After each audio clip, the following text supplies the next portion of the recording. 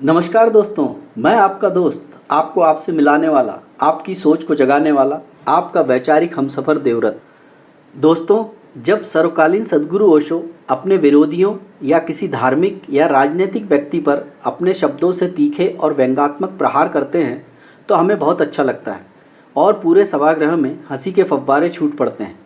लेकिन आज सद्गुरु ओशो के भक्तों और अनुयायियों को ये वीडियो देखकर तीखी मिर्ची लग सकती है, इसलिए मेरी उन्हें सलाह है कि पहले तो पूरा वीडियो ना देखें और यदि देख ही रहे हैं तो साथ में पानी और कुछ मीठा रख लें, क्योंकि इस मिर्ची से तन मन में अति जलन की बहुतायत संभावना है। मेरे देखे किसी ने ओशो को पहली बार ऐसे आड़े हाथों लिया है और तब ओशो भी लगभग लड़खड़ाते निरुत्तरित से लग रहे हैं। हालांकि ओशो ने अपनी प्रतिक्रिया दी है, लेकिन क्या हुआ था चलो खुद ही देख लो। वह पहले चौराहों पर बिजली के टार्च बेचा करता था। बीच में कुछ दिन वह नहीं दिखा, कल फिर दिखा, मगर इस बार उसने दाढ़ी बढ़ा ली थी और लंबा कुर्ता पहन रखा था।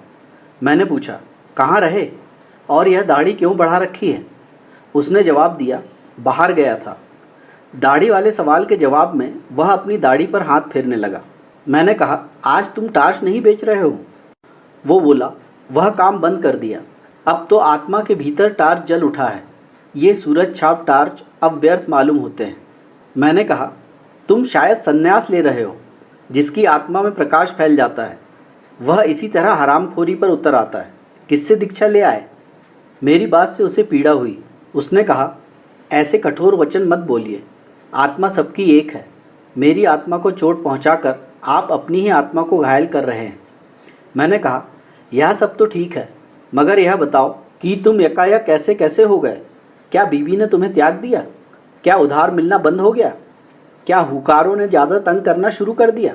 क्या चोरी के मामले में फंस गए हो? आखिर बाहर का टार्च भीतर आत्मा में कैसे घुस गया? उसने कहा, आपके सब अंदाज गलत हैं। ऐसा कुछ नहीं हुआ। एक घटना हो गई जिसने जीवन बदल दिया। उसे मैं गुप्त रखना चाहता हूँ, पर क्योंकि मैं आज ही यहाँ से दूर जा रहा हूँ इसलिए आपको सारा किस्सा सुना देता हूँ। उसने बयां करना शुरू किया। 5 साल पहले की बात है। मैं अपने एक दोस्त के साथ हताश एक जगह बैठा था। हमारे सामने आसमान को छूता हुआ एक सवाल खड़ा था। वह सवाल था, पैसा कैसे पैदा करें?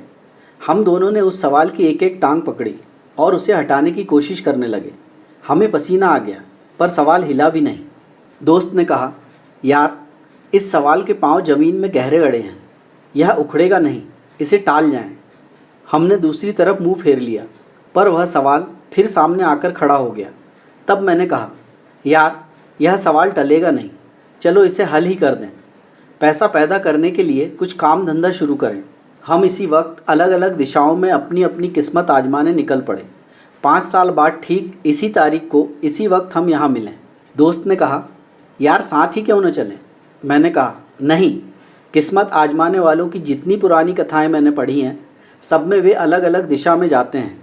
साथ जाने में किस्मतों के टकराकर टूटने का डर रहता है। तो साहब, हम अलग अलग चल पड़े। मैंने टार्च बेचने का धंधा शुरू कर दिया।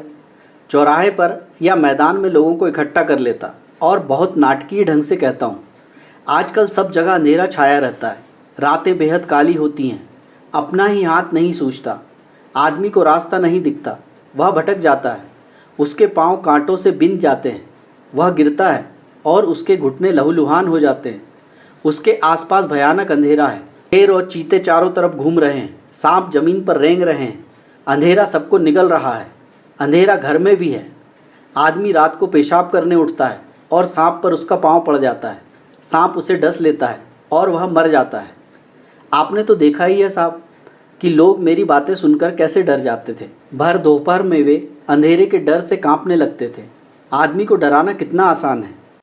लोग डर जाते, तब मैं कहता, भाइयों, यह सही है कि अंधेरा है, मगर प्रकाश भी है। वही प्रकाश मैं आपको देने आया हूँ। हमारी सूरज छाप टार्च में वह प्रकाश है जो अंधकार को दूर भगा देता है। इसी वक्त सूरज छाप टार्च खरीदो और अंधेरे को दूर करो। जिन भाइयों को चाहिए हाथ ऊंचा करें। साहब, मेरे टार्च बिक जाते और मैं मज़े से ज़िंदगी गुजारने लगा। वायदे के मुताबिक ठीक 5 साल बाद मैं उस जगह पहुंचा जहां मुझे दोस्त से मिलना था। वहां दिन भर मैंने उसकी राह देखी, वह नहीं आया। क्या हुआ? क्या वह भूल गया? या अब वह इस आसार संसार में ही नहीं है। मैं उसे ढूंढने निकल पड़ा। एक शाम जब मैं एक शहर की सड़क पर चला जा रहा था, मैंने देखा कि पास के मैदान में खूब रोशनी है और एक तरफ मंच सजा है, लाउड स्पीकर लगे हैं। मैदान में हजारों नर नारी श्रद्धा से झुके बैठे हैं।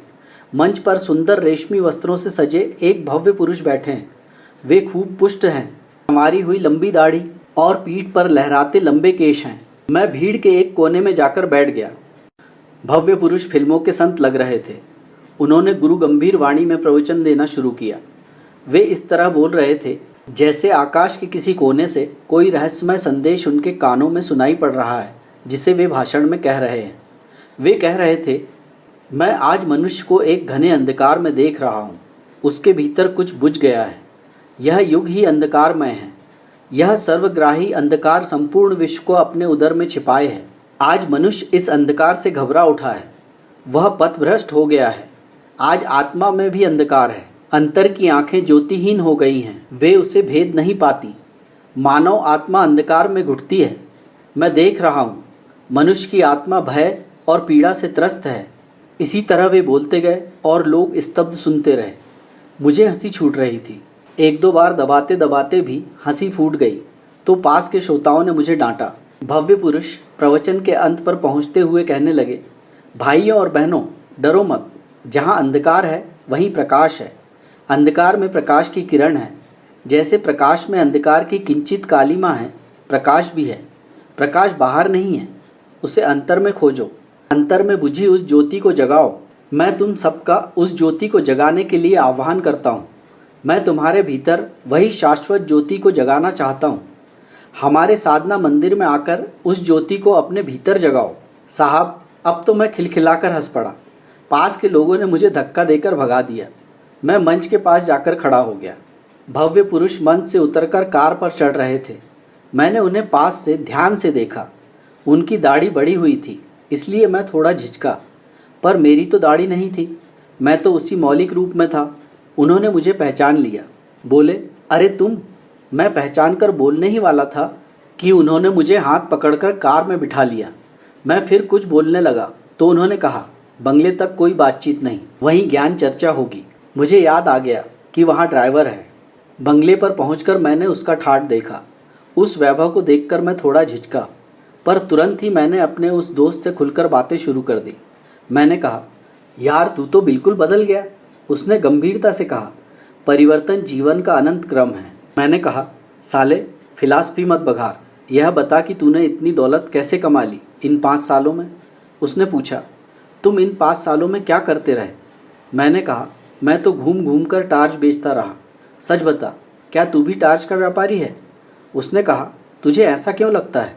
मैंने उसे बताया कि जो बातें मैं कहता हूँ वही तू कह रहा है। मैं सीधे ढंग से कहता हूँ, तू उन्हीं बातों को रहस्यमय ढंग से कहता है। मैं अंधेरे का डर दिखाकर लोगों को टार्च बेचता हूँ। तू भी अभी लोगों को अंधेरे का डर दिखा रहा था। तू भी जरूर टार्च बेचता है। उसने कहा, तुम मुझे नहीं जानते, मैं टार्च क्यों बेचूंगा? मैं साधु, दार्शनिक और संत कहलाता हूँ। मैंने कहा, तुम कुछ भी कहलाओ, बेचते तो तुम टार्च ही हो। तुम्हारे और मेरे प्रवचन एक जैसे हैं। चाहे कोई दार्शनिक बने, संत बने या साधु बने, अगर वह लोगों को अंधेरे का डर दिखाता है तो जरूर अपनी कंपनी का टार्च ही बेचना चाहता है। तुम जैसे लोगों के लिए हमेशा ही अंधकार छाया रहता है। बताओ, तुम्हारे जैसे हजारों लाखों में से किसी एक आदमी ने कभी भी यह कहा है कि आज दुनिया में प्रकाश फैला है? कभी नहीं कहा। क्यों? इसलिए कि उन्हें अपनी कंपनी का टार्च बेचना है। मैं खुद भर दोपहर में लोगों से कहता हूँ कि अंधकार छाया है, बता किस कंपनी का टार्च बेचता है। मेरी बातों ने उसे ठिकाने पर ला दिया था। उसने सहज ढंग से कहा, तेरी बात ठीक ही है। मेरी कंपनी नई नहीं है, सनातन है। मैंने पूछा, कहाँ है तेरी दुकान? नमूने के लिए एक आध टार्च तो दिखा। सूरज छाप टार्च से बहुत ज़्यादा बिक्री है इसकी। उसने कहा, उस टार्च की कोई दुकान बाजार में नहीं है। वह बहुत सूक्ष्म है, मगर कीमत उसकी बहुत मिल जाती है। तू 1-2 दिन रह तो मैं तुझे सब समझा देता हूँ। तो साहब, मैं 2 दिन उसके पास रहा। तीसरे दिन सूरज छाप टार्च की पेटी को नदी में फेंककर नया काम शुरू कर दिया।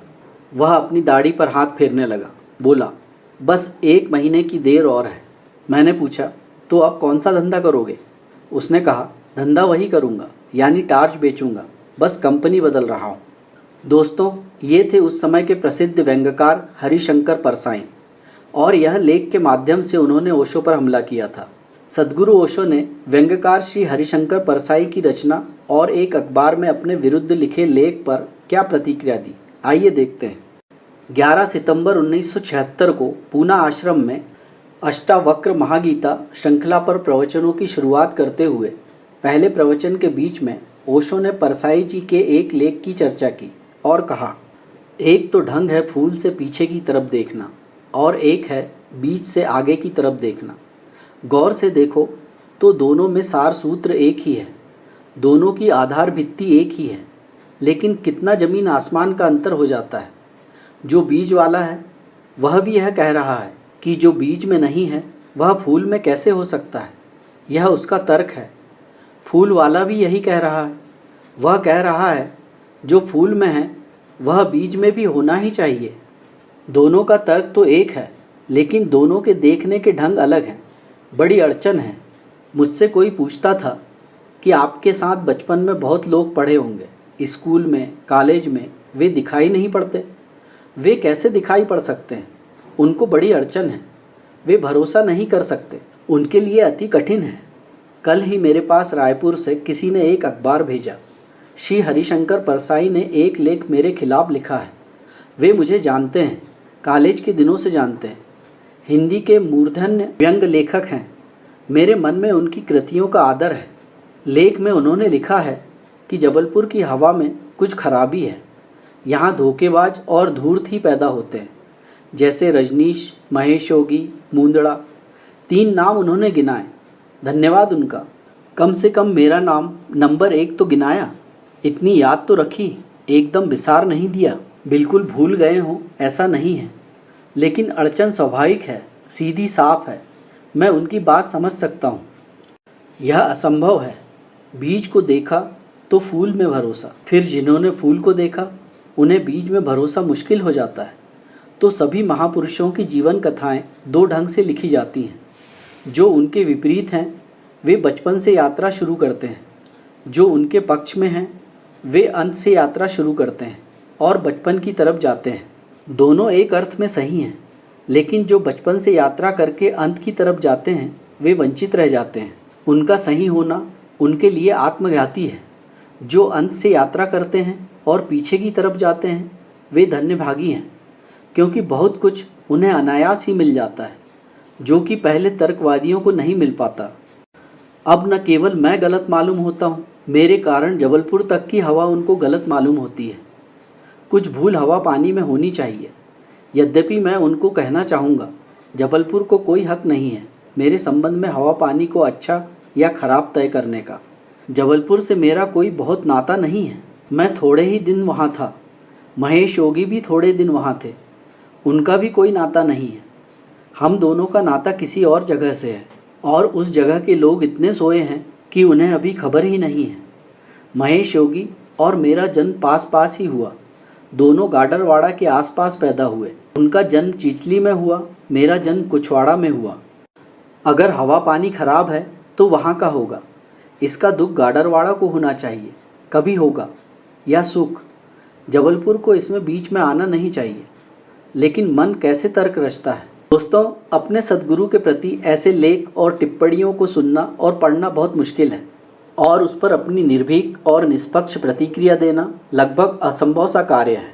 फिर भी मैं आपसे उम्मीद करता हूँ कि आप कमेंट करके अपने विचार औरों के साथ अवश्य शेयर करेंगे। आज बस इतना ही। धन्यवाद। अपने जीवन मूल्यों में वृद्धि के लिए अपने इस दोस्त के वीडियो को लाइक और चैनल को सब्सक्राइब कर प्रोत्साहित करना ना भूलें, और वीडियो को अपनों में शेयर कर अपने इस दोस्त के छोटे से प्रयास 2 फल ठहरें और अपने लिए सोचें। मैं अपना अमूल्य योगदान अवश्य दें। अगला वीडियो कल सुबह जरूर देखें। धन्यवाद। Thank you for watching. Please like and subscribe our channel and press the bell icon for upcoming updates. I pray you may always be healthy and happy. Thank you for अपने